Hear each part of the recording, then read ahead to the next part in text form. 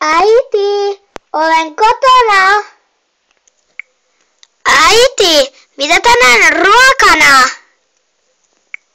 Äiti, kuuletko sinä? Oletko sinä suihkussa? No, tule sinne. Äiti, missä ihmeessä sinä oikein olet? Älä viitsi, minulla on tärkeää asiaa. Ei täälläkään. Missään voi olla. Viimeinen vaihtoehto on minun huoneeni. Kyllä hänen täällä pitäisi olla. Kummallista. Ja minä en ole vielä saanut äidin numeroakaan.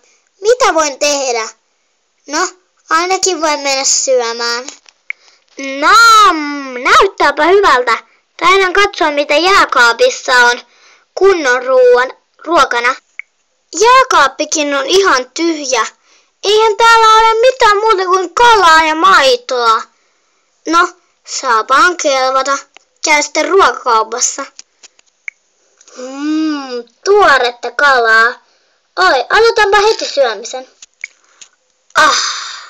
Se oli kyllä hyvää. Nyt en tiedä mikä elämää voisi parantaa. Haenpa kissan seurakseni. Hus! Etkö ymmärrä, että olen nytten vessassa? Pitää antaa olla rauhassa joskus. TVkin on rikki. Kaikki on niin tyhmää, kun me muutettiin tänne. Ja nyt mulla ei ole edes kavereita. Ja äiti ja isä on jossain Huitsin Nevarassa. Ihan tylsää. Kaikki on niin tylsää. Nyt lähden kyllä selvittämään, missä vanhemmat on. Seuraavassa jaksossa Olivia löytää vanhempansa ja kysyy heiltä, missä he ovat olleet.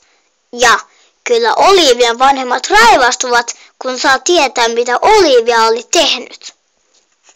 Olivia saa postia. Keneltähän se on? Sekin kertaa ensi jaksossa. Muista katsoa. 13. marraskuuta.